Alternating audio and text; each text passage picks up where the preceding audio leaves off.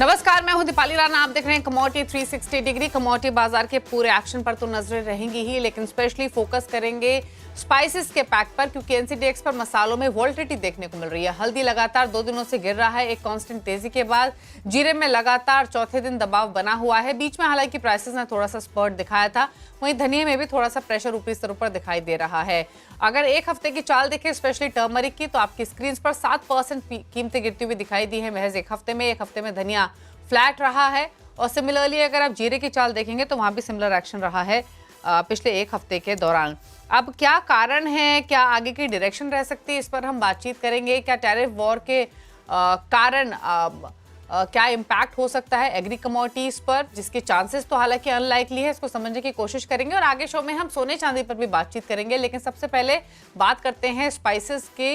Rajgor spices के owner Dhananjay Rajgaur, साथ ही NCDEX turmeric product advisory committee के मेंबर पूनम चंद गुप्ता हमारे साथ हैं। और आगे गोल्ड पर बातचीत करने के लिए विघ्नहर्ता गोल्ड के founder CEO Mahendra Lunia, JM financial services के वीपी प्रणव मेर और साथ ही प्रतिफिन मार्ट के डायरेक्टर मनोज कुमार जैन बने हुए हैं। आप सभी का स्वागत है इस शो में। और सबसे पहले तो बातचीत कर लेते हैं स्पाइसेस के पैक की और जानने की कोशिश करते हैं कि क्या कुछ हो रहा है यहाँ पर। शुरुआत टर्मरिक के साथ करेंगे, जहां पर हमने जो लगातार गिरावट देखी है, कई सारे डेवलपमेंट्स हुई है। ऑफ लेट प्रॉफिट बुकिंग भी देखने को मिली है, जो लगातार तेजी भी आई थी। लोअर देन एक्सपेक्टेड अराइवल्स के मद्देनजर जो तेजी हमने बनी थी, वो फाइनली अब गायब होती हुई दिखाई दे रही है। अब यहाँ से आगे की ट्रेजेक्ट्री क्या बन रही है, इसको जानने की कोशिश करते हैं। हमारे साथ धनंजय राजगौर ऑलरेडी बने हुए हैं, पूनम चंद गुप्ता भी हमारे साथ कनेक्टेड होंगे, तो उनसे समझेंगे किस तरीके के अराइवल्स हैं, डिमांड किस तरीके की यहाँ से पैन आउट होती हुई दिखाई दे रही है।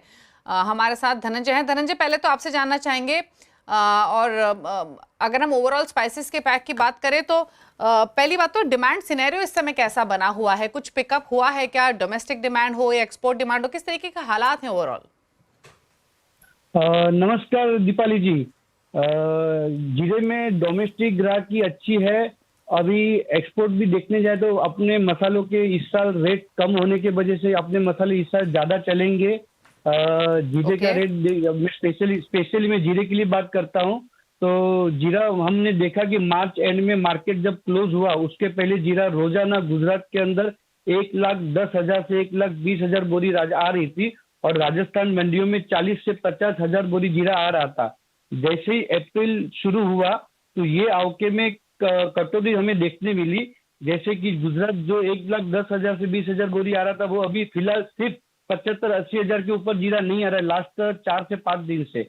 अब और वो वजह से जीरे में अचानक से जीरे में बड़ी तेजी आ गई, किलो में 25 से 30 रुपये। तो अब भाव कैसे लग रहे हैं यहाँ से आगे जाते हुए, और ओवरऑल आगे के लिए सप्लाई साइड पर स्थिति कैसे दिख रही है जीरे की?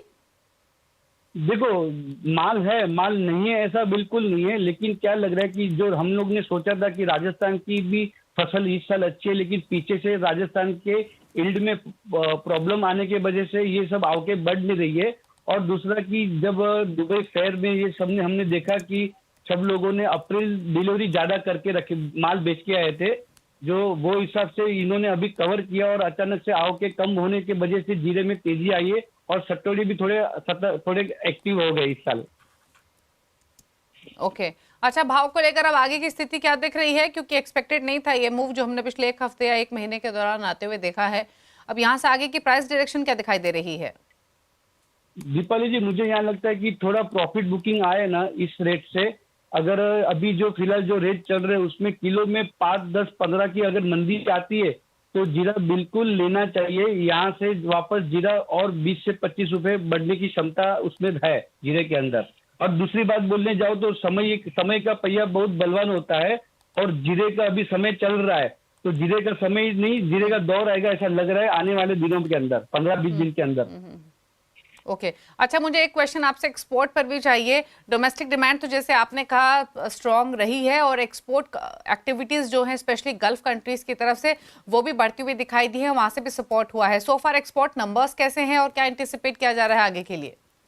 देखो, एक्सपोर्ट में जीरे की बात करूं ना तो अभी सैटरडे संडे 2 दिन मार्केट क्लोज होने के बावजूद भी जीरा बंद मार्केट में किलो में 15 से 20 रुपए मार्केट बढ़ा है। उसका मेन रीजन था बांग्लादेश उसपे बायर था, बांग्लादेश उसकी खरीदी कर रही थी।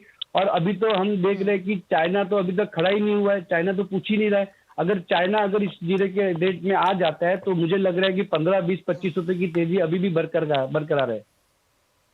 ओके अच्छा, एक चीज और क्विकली, बीच में रिपोर्ट्स ये भी थी कि राजस्थान की तरफ से जीरे की जो अराइवल्स हैं वो लिमिटेड हैं, फार्मर्स भी कुछ स्टॉक होल्ड करके चल रहे हैं और सीजन एंड तक 3 से 4 लाख बैग ही एक्सपेक्टेड है कि ट्रेड होते हुए दिखाई देंगे। यानी जो एस्टिमेटेड कैरी फॉरवर्ड स्टॉक है वो अंदाजा ये लगाया जा रहा था कि 16 लाख बैग के आसपास हो सकता है। कैसे देख रहे हैं आप ये आंकड़े और क्या स्थिति है एक्चुअल में? देखो, हमारी हम लोग की जीरे की अगर बात करें तो उनकी सालाना खपत है कम से कम 70 से 75 लाख बोरी की।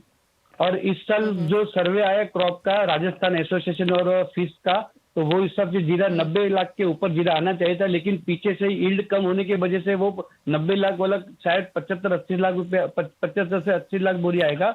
और कैरी फॉरवर्ड भी अपना 10 से 15 लाख के ऊपर है, तो इतनी दिक्कत नहीं जाएगी कि जीरा बिल्कुल नहीं है। लेकिन फिलहाल जीरे के अंदर थोड़ी तेजी लग रही है जो आने वाले समय में आपको देखने मिलेगी। ओके अच्छा धनंजय जी, आप बने रहिए, कोरिएंडर पर भी आप एक कमेंट लेंगे। इस बीच स्पाइसेस में टर्मरिक की बातचीत कर लेते हैं, जहां पर हमने तेजी तो देखी थी लेकिन वापस प्राइसेस अब प्रॉफिट टेकिंग आते हुए दिखाई दी है। डिमांड तो स्ट्रांग रही ही है, अराइवल्स भी रिस्ट्रिक्टेड साइड पर थी जिसकी वजह से प्राइसेस हमने सर्ज होते हुए देखे थे। लेकिन फिलहाल की स्थिति क्या है उसको जानने की कोशिश करते हैं। पूनम चंद गुप्ता हमारे साथ मौजूद हैं।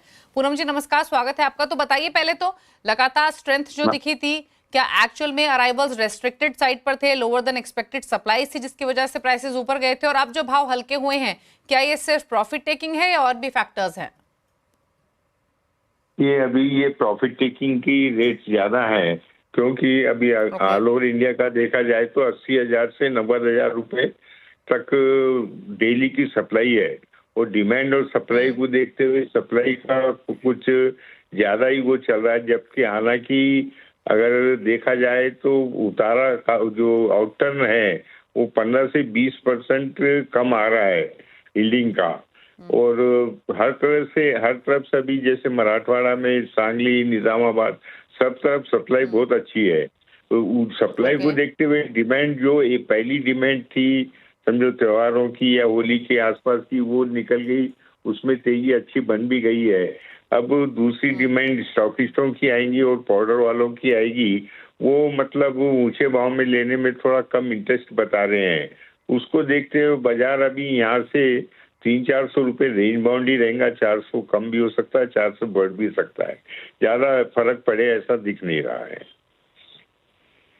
ओके अच्छा, एक चीज और बताइए, एक जो ओवरऑल प्रोडक्शन कैसी दिखाई दे रही है, क्योंकि बीच में कुछ चर्चा इस तरीके की भी हुई थी कि सोइंग एरिया भले ही बड़ा हो लेकिन जो प्रोडक्शन है वो लास्ट ईयर लेवल के आसपास रह सकती है, या पे थोड़े से ऊपर नीचे, यानी पिछले साल के प्रोडक्शन के मुकाबले 3-4% ऊपर नीचे भी आंकड़े आते हुए दिखाई दे सकते हैं। कैसे दिख रहे हैं ओवरऑल नंबर्स? लास्ट ईयर की उतनी आएगी, इसमें जरूर मतलब काफी एरिया बड़ा था, परंतु मौसम अनुकूल नहीं रहने से जो 4-5 महीने से बिल्कुल बरसात नहीं थी, गर्मी के कारण नीचे रोज जमीन के अंदर की चीज है, इसके लिए डेवलप ज्यादा नहीं हो सकी। इसके वजह से जो 15 से 20% उतारा है वो कम आ ही रहा है। और हमारा निजामाबाद एरिया में और मराठवाड़ा का मौसम तकरीबन एक जैसा ही रहता है, और वहां पे भी लग रहा है कि 15-20% यील्डिंग कम आएगी। ओके अच्छा, एक्सपोर्ट के आंकड़े कैसे दिखाई दे रहे हैं? फिलहाल हमने अप्रैल दिसंबर के दौरान तो एक्सपोर्ट्स में ग्रोथ देखी, दिसंबर में भी स्पेशली काफी अच्छे नंबर्स रहते, लेकिन अगर हम इस कैलेंडर ईयर की शुरुआत से लेकर अब तक देखें तो किस तरीके की ओवरसीज डिमांड दिखाई दे रही है? एक्सपोर्ट भी इसमें अच्छी डिमांड है और काफी कुछ माल जा भी रहा है। पिछले महीने जो रमजान के कारण 15-20 दिन डिमांड कम थी, परंतु वापस अपने एक्सपोर्ट की डिमांड चालू हो गई है और लगता है वो बहुत अच्छा एक्सपोर्ट होगा। और प्राइसेस पर क्या राय है यहाँ से अब आपके हल्दी के? ज्यादा मंदा जाए वैसा दिख नहीं रहा है, धीरे धीरे ये बढ़ता ही जाएगा और उसमें लॉन्ग टर्म में अच्छी तेजी बनने की भी आशा है।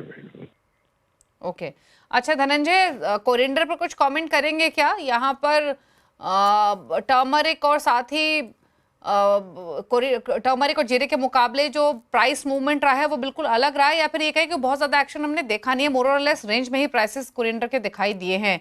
एक्सपेक्टेशंस ये थी कि मार्च ऑनवर्ड स्टेडी सप्लाईज आते हुए दिखाई देंगी, किस तरीके की सप्लाईज आना शुरू हुई हैं और कैसे फिलहाल डोमेस्टिक सप्लाईज और डिमांड का सिनेरियो दिखाई दे रहा है? दीपाली जी, अभी फिलहाल कोरिएंडर गुजरात की भी आवकें बहुत अच्छी है, तो ये साल सब कुछ अलग है। तो हर प्रॉफिट कहते हैं ना कि ज्यादा मंदी भी नहीं दिख रही है कोरिएंडर में। लास्ट 2 साल से हमने देखा कि लोग मार खा रहे हैं, तो मुझे लगता है कि 2-3 महीना ऐसा ही चलेगा, उसके बाद थोड़ा शॉर्टेज जैसा लगेगा, उसके बाद कोरिएंडर का भी एक टाइम आएगा 2-3 महीने के बाद। तो अभी फिलहाल उसमें शांत बैठना ही अच्छा है। ओके, ठीक है, चलिए शुक्रिया आप दोनों का ही आने के लिए शो में और स्पाइसेस पर ओवरऑल अपने व्यूज शेयर करने के लिए। धनंजय आपका भी शुक्रिया, साथ साथ पूनम चंद आपका भी शुक्रिया। मनोज कुमार जैन हमारे साथ बने हुए। मनोज जी नमस्कार, कैसे देखते हैं आप ओवरऑल प्राइसेस को स्पाइसेस के, फिर चाहे वो टर्मरिक हो, जीरा हो या कोरिएंडर हो, क्या व्यू है इन स्तरों से और कोई ट्रेडिंग व्यू रहेगा क्या? हाँ, नमस्कार दीपाली जी। बिल्कुल, जहां तक अगर हम टर्मरिक की बात करें तो एक अच्छी रैली हमने टर्मरिक की कीमतों में देखी। लगभग 11,000 से कीमतें 15,000 तक के स्तर तक जाती हुई नजर आई और अभी वर्तमान में यहाँ एक प्रॉफिट टेकिंग देखने को मिल रही है। तो रिस्क रिवॉर्ड के लिहाज से अगर बात करें तो ये लेवल पे थोड़ा सा बाइंग जो है वो अवॉइड करना चाहिए। थोड़ा यहाँ पे प्रॉफिट बुकिंग जो है और एक बार देखने को मिल सकती है 13,400 13,300 तक के स्तर के लिए। तो वर्तमान में यहाँ पे जो अभी मई का कॉन्ट्रैक्ट 14,200 के आसपास ट्रेड हो रहा है, थोड़ा बाइंग को अवॉइड करें। वहीं अगर जीरे की बात करें तो यहाँ एक अच्छा मोमेंटम बना हुआ है पॉजिटिव साइड पे, और हमने 24,000 के भी पार कीमतों को जो है निकलते हुए देखा है। तो जीरा मई वायदा में अगर थोड़ा डीप आता है 24,200 के आसपास तो वहां पे बाय की सलाह रहेगी। स्टॉप लॉस एक 23,770 का रखना चाहिए। लक्ष्य यहाँ पे 25,000 तक के रखे जा सकते हैं। वहीं कोरिएंडर की अगर बात करें तो एक रेंज बाउंड ट्रेड जो है यहाँ बना हुआ है, और हमारा मानना है कि शॉर्ट टर्म में रेंज जो है वो बनी रह सकती है। 7,850 से 8,200 की रेंज में यहाँ पे धनिया बना हुआ। ओके, चलिए, तो ये बात हुई पूरे ही स्पाइसेस के पैक की, जहां पर वापस हम तेजी देख रहे हैं। टर्मरिक में प्राइसेस ऑलमोस्ट 0.5% ऊपर कारोबार करते हुए आज के सेशन में दिखाई दे रहे हैं। लेकिन चलिए अब बात कर लेते हैं गोल्ड की, जहां पर हमने लगातार तेजी देखी, मोर देन एक्सपेक्टेशंस इस साल की शुरुआत से लेकर रिटर्न बनते हुए देखे, और उसके बाद ट्रम्प टैरिफ वॉर के चलते कल एक नी जर्क रिएक्शन आते हुए जरूर दिखाई दिया था, लेकिन आज वापस से प्राइसेस रिकवर हुए हैं। 88,000 के ऊपर ट्रेड कर रहा है गोल्ड। सिल्वर भी 2.25% की तेजी के साथ क्लोजर टू 90,000 के लेवल्स पर ट्रेड करते हुए दिखाई दे रहे हैं। इंटरनेशनल मार्केट्स में जो $3,000 के नीचे भाव फिसले थे, $30 के नीचे फिसला था सिल्वर, वो उन लेवल्स के ऊपर आकर कारोबार करते हुए दिखाई दे रहा है। लेकिन यहाँ से क्या स्ट्रैटेजी हो सकती है, किस डायरेक्शन में प्राइसेस जा रहे हैं, इस पर करते हैं बातचीत। महेंद्र लुनिया भी हमारे साथ बने हुए हैं, प्रणव मेर भी हैं, मनोज कुमार जैन भी बने हुए हैं। पहले तो बताइए महेंद्र जी, आपकी राय क्या है, क्या व्यू है गोल्ड प्राइसेस पर इन स्तरों से? एक चीज तो क्लियर है, अब यहाँ से जो तेजी हमने साल के शुरुआत से लेकर अब तक देखी थी, शायद उस तरीके का मोमेंटम ना बने, लेकिन वॉल्टिलिटी जरूर रह सकती है प्राइसेस में। आपकी राय क्या है? दीपाली जी, गोल्ड के रेट अभी अपने ऑल टाइम हाई से नीचे आए हैं, और क्योंकि काफी सारी चीजें डिस्काउंटेड हो चुकी थी, जैसे कि ट्रम्प जी आए थे और उन्होंने पूरा की पूरा अपना पहले ही डिटेल्स बता दिया था कि हम कितने टैरिफ लगाने वाले हैं, और ये लग चुका। उसके बाद कोई ऐसा सीन नहीं है जिसके ऊपर कोई रिएक्ट हो या उसके ऊपर आपको कुछ लगने वाला था या प्रीमियम चढ़ने वाला था। इसके कारण थोड़ा सा नीचे आए हैं, लेकिन अब जबकि ये टैरिफ लग चुके हैं, अब इसके जो एक इश्यू सामने आ जाएंगे। जैसे चाइना ने रिएक्ट किया 34% का, उन्होंने भी अमेरिका के ऊपर टैरिफ लगा दिया। इस चीजों के कारण अभी वॉर जो है या बिजनेस वॉर, व्यापार युद्ध छिड़ जाए और उसके कारण कुछ चीजें हो तो उसका ही इफेक्ट होने की संभावना दिख रही है। लेकिन क्योंकि कई जगह पे ऑलरेडी डिस्काउंटेड हो चुकी है ये चीज, इसलिए गोल्ड के रेट नीचे है अभी। मुझे लगता है कि गोल्ड के रेट 85,000 तक आ सकते हैं, और फर्स्ट सिनेरियो में 82,000, लेकिन इसके बाद फिर से रैली शुरू हो जाएगी और गोल्ड में इन्वेस्टमेंट का मौका आपको 85 के दरमियान मिल जाएगा अभी। अच्छा, ये बताइए इस साल के शुरुआत से लेकर अब तक डिमांड कैसी रही है, फिजिकल बाइंग कैसी रही है? कुछ ज्वेलर्स से हमारी बातचीत हुई, कुछ का कहना ये था जनवरी फरवरी तो बहुत अच्छे रहे लेकिन मार्च में डेफिनेटली इम्पैक्ट आते हुए दिखाई दिया था। अब क्योंकि ऑल टाइम हाई से प्राइसेस थोड़ा सा नीचे आए हैं, क्या एक्सपेक्ट कर रहे हैं डिमांड फ्रंट पर और क्या किस तरीके की डिमांड फिलहाल देखने को मिल रही है? हाँ जी दीपाली जी, 2 महीने में तो अभी के यानी कि पिछला महीना थोड़ा सा खराब ही गया था लोगों के लिए जो फिजिकल में गोल्ड का ट्रेडिंग करते हैं उनके लिए। हमारे लिए तो ये एक मौका था कि हम लोगों को ये बता रहे थे कि आप लॉन्गर टर्म के लिए इन्वेस्टमेंट कर रहे हो गोल्ड में तो आप करते रहिए। लेकिन हाँ, जो फिजिकल गोल्ड की डिमांड थी वहां पर थोड़ा सा स्लो डाउन आया था। लेकिन मुझे लगता है कि अभी ये 2-4 दिनों में जो गोल्ड के रेट नीचे आए हैं, हो सकता है कि यहाँ पे कुछ एक डिमांड निकल के आए। अभी तक तो वैसे निकल के नहीं आई है, लोग थोड़ा सा कॉन्शियस हैं और काफी सारे रूमर्स, काफी सारी चीजें आ रही है, काफी सारी व्हाट्सएप यूनिवर्सिटी से काफी सारी चीजें आ रही है कि 55,000 के रेट वगैरह आएंगे। तो ये चीजें है लोगों को रोकने की कोशिश करती है, लेकिन जो इन्वेस्टर है वो सही चयन करते हैं और मुझे लगता है कि अब वहां पर की भी इन्वेस्टमेंट में भी डिमांड चालू हो जाएगी और गोल्ड के रेट फिर से ऊपर हो जाएंगे अभी। हाँ जी। अच्छा, 55,000 56,000 की आपने बातचीत की, बिल्कुल सोशल मीडिया पे तो ये काफी चल रहा है 56,000 भाव आ जाएंगे सोने के। आई विश बहुत सारे इन्वेस्टर्स ऐसे होंगे जो चाह रहे होंगे मन ही मन काश ये भाव आ जाए तो भरकर खरीदारी कर ले, फिर चाहे वो इन्वेस्टमेंट बाइंग हो या ज्वेलरी बाइंग ही क्यों ना हो। बट जैसे आपने कहा मतलब 82,000 के नीचे आप नहीं देख रहे हैं सोना, राइट महेंद्र जी? जी दीपाली जी, मुझे नहीं लगता 82,000 के नीचे जा सकता है, कोई संभावना नहीं है। 55-60 की अगर आप उम्मीद करते हो, छोड़ दीजिए इस चीज को, कभी नहीं होने वाली है। तो आपको अगर इन्वेस्टमेंट करना है 85 के नीचे आप अपना सही अपने ब्रोकर से या आपके एडवाइजर से राय लीजिए और इन्वेस्टमेंट। बिल्कुल, और ऐसा तो आज तक हिस्ट्री में हुआ भी नहीं है कि इस तरीके के भाव देखने को मिले हों रिकॉर्ड हाइस छूने के बाद। अच्छा प्रणव, 80-82,000 के स्तर आ जाए तो खुश होंगे या इसके नीचे आप इसके नीचे देखते हैं भाई? आपको लगता है महेंद्र लुनिया जी की तरह कि इससे नीचे तो प्राइसेस नहीं जाएंगे? और इनफैक्ट जहां सोना 90-92,000 पहुंच गया हो वहां अगर 82,000 में मिल रहा है तो बहुत अट्रैक्टिव लेवल है। दीपाली जी, एक चीज है कि गोल्ड में अभी भी थोड़ा करेक्टिव मोमेंटम बना हुआ है, बट जो 80,000 82,000 के रेट से हमें लग रहा है कि वहां से शायद थोड़ा बाइंग आ सकता है। बट मुझे फिलहाल तो वो रेट भी थोड़े मुश्किल से आते हुए दिख रहे हैं, क्योंकि जब ये रैली स्टार्ट हुई थी 84 था 83,500 84 से, जब तक ये सपोर्ट वाले लेवल्स जो ब्रेक नहीं करता गोल्ड, तब तक तो मुझे बहुत बड़ा करेक्शन नहीं दिख रहा है। एट करंट लेवल से अगर हम देखें तो ज्यादा से ज्यादा मुझे 85 की तरफ जाता हुआ दिख रहा है गोल्ड, जहां से हमें फिर से थोड़ी बहुत खरीदारी देखने को मिल सकती है गोल्ड प्राइसेस में। ओके, मनोज जी आपकी राय क्या है गोल्ड पर? दीपाली जी, यहाँ हम देख रहे हैं कि एक वॉलेटिलिटी जो है वो टैरिफ के चलते बनी हुई है और काफी ज्यादा वॉलेटिलिटी। हमने कल $3,000 के नीचे भी कीमतों को फिसलते हुए देखा था। $2,940 एक इमीडिएट सपोर्ट जो है सोने के लिए बना हुआ है। उस लिहाज से अगर हम भारतीय बाजारों में बात करें तो 86,500 एक स्ट्रॉन्ग सपोर्ट बना हुआ है। ये $2,940 जो डॉलर है ये एक मेक और ब्रेक लेवल होगा। अगर ये निकलता है तो फिर हमारा मानना है कि 2,800 तक सोना जो एक बार करेक्ट हो सकता है और उस लिहाज से 84-83,000 तक के स्तर जो है वो देखने को मिल सकते हैं। तो वो लेवल के ऊपर नजर रखना चाहिए। वर्तमान में बाइंग के लिहाज से रिस्क रिवॉर्ड थोड़ा फेवरेबल नहीं है, तो अगर उछाल आता है तो एक बार लॉन्ग की पोजीशन में मुनाफा वसूली करके चलें और थोड़े करेक्टिव डिप का वेट करें। वहां पे फिर जो है निवेश की सलाह रहेगी निचले स्तरों। ओके, अच्छा महेंद्र जी, अब आपने नीचे की तरफ के स्तर तो बता दिए, ऊपर की तरफ बताइए इस साल के लक्ष्य क्या हैं? कुछ रिवाइज किए हैं आपने? दीपाली जी, साल के अंत तक हम पॉसिबली 94,000 तक चले जाएंगे। जब तक ट्रम्प जी का हाथ है पूरे इस माहौल में, तो मुझे लगता है कि 94,000 दिखेंगे, बहुत जल्दी दिखेंगे। क्योंकि और एक चीज आपने अगर नोट की रहेगी, डॉलर के सामने अपना रूपी फिलहाल वीक होते जा रहा है और इसके कारण भी गोल्ड के रेट आपको नीचे ज्यादा गिरते नहीं दिखेंगे। तो आपके लिए ये बहुत अच्छी चीज है कि आप 85 के दरमियान इन्वेस्टमेंट करिए अपनी, और 94,000 का रेट इस साल के अंत तक आपको देखने को मिल सकता है। ओके, चलिए, शुक्रिया महेंद्र जी आने के लिए शो में और गोल्ड पर अपनी राय रखने के लिए। एक ब्रेक के लिए रुक रहे हैं प्रणव मेहर, मनोज कुमार जैन हमारे साथ बने हुए। लौटेंगे तो सिल्वर पर राय लेंगे जरूर और साथ ही बाकी स्ट्रैटेजीज को भी समझेंगे। जल्द वापस आते हैं छोटे से ब्रेक के बाद।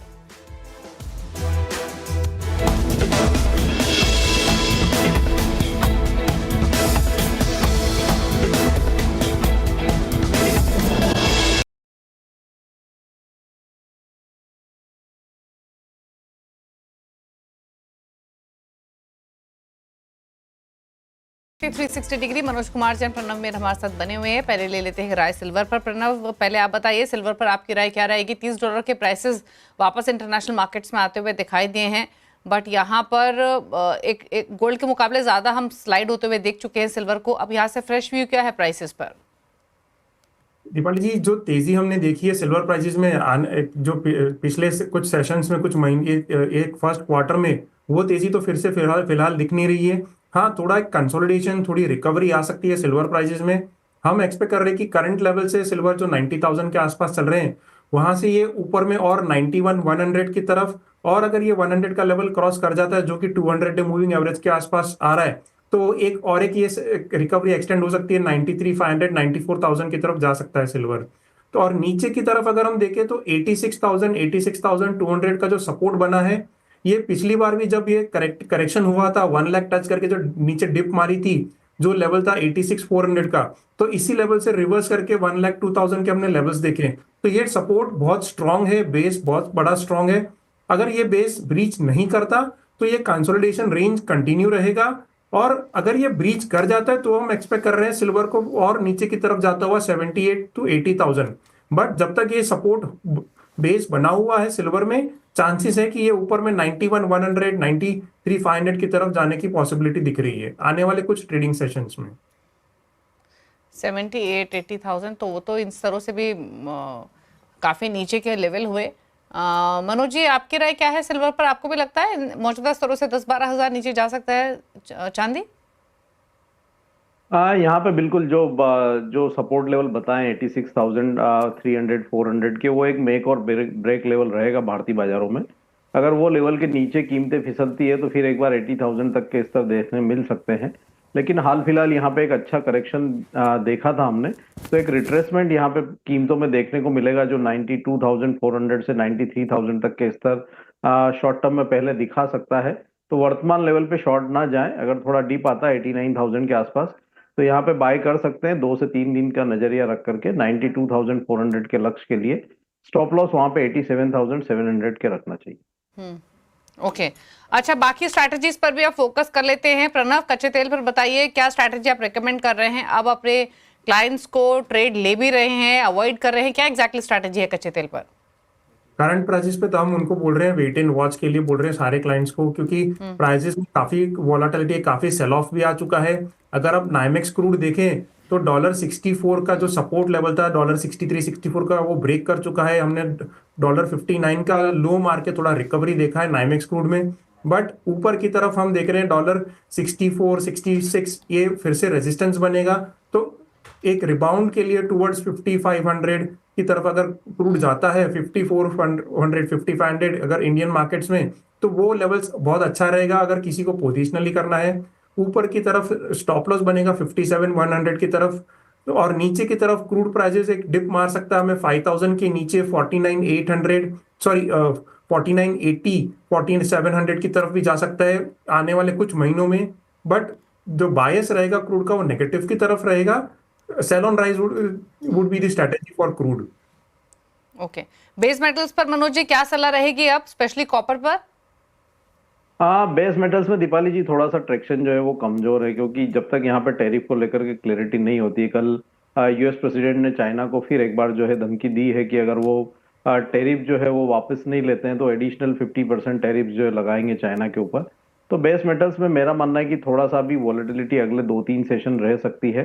तो बेहतर होगा कि अभी बेस मेटल्स के जो काउंटर हैं उनको अवॉइड करके चले, क्योंकि यहाँ पे शॉर्ट के लिहाज से भी अभी रिस्क रिवॉर्ड फेवरेबल नजर नहीं आता है। तो बेहतर होगा कि अभी ये काउंटर से दूर रहे। ओके, दूर रहने की सलाह है पूरे ही बेस मेटल पैक से। कॉपर हालांकि 1% ऊपर आज रीसेंट करेक्शन के बाद थोड़ा सा संभल कर कारोबार करते हुए। अच्छा, एग्री कमोडिटी बास्केट पर नजर डाल लेते हैं। कॉटन सीड ऑयल केक में वापस प्रेशर बनते हुए दिखाई दिया है। स्पाइसेस पर तो हमने राय ली ही है। कैस्टर इनफैक्ट मजबूत है। तो castor, cotton seed oil cake, इन दोनों पर राय लेते हैं मनोज जी की। एक में 1.5% की तेजी, दूसरा 2% ऑलमोस्ट नीचे कर रहा है ट्रेड। क्या राय मनोज जी आपके, specially cotton seed oil cake पर? कॉटन सीड ऑयल केक में एक अच्छी बढ़त देखी थी हमने। 3000 के स्तर जो है वो टेस्ट करता हुआ नजर आया था मे कॉन्ट्रैक्ट, और अब ऊपरी लेवल से मुनाफा वसूली देखने को मिल रही है। हमारा मानना है कि एक अच्छी तेजी के बाद ये जो गिरावटें थोड़ी कंटिन्यू हो सकती है, और मे का वायदा फिर एक बार 2800 से 2770 जो है वो स्तर टेस्ट कर सकता है। तो यहाँ पे अभी बाइंग अवॉइड करना चाहिए। थोड़ा सा मुनाफा वसूली जो है वो कंटिन्यू रह सकती है। अगर फ्रेश किसी को रणनीति बनानी है तो 2800 के स्तर का एक बार यहाँ वेट करके चलना चाहिए। ओके, चलिए, तो ये रही स्ट्रैटेजीज आपके लिए एग्री कमोडिटी बास्केट पर। शुक्रिया मनोज जी और प्रणव, आप दोनों का ही आने के लिए शो में, और सभी ट्रेड्स रेकमेंड करने के लिए और सभी कमोडिटीज पर अपनी राय भी देने के लिए। इसी के साथ कमोडिटी 360 डिग्री में तो इतना ही। ब्रेकफास्ट पर आवाज समाचार। नमस्कार।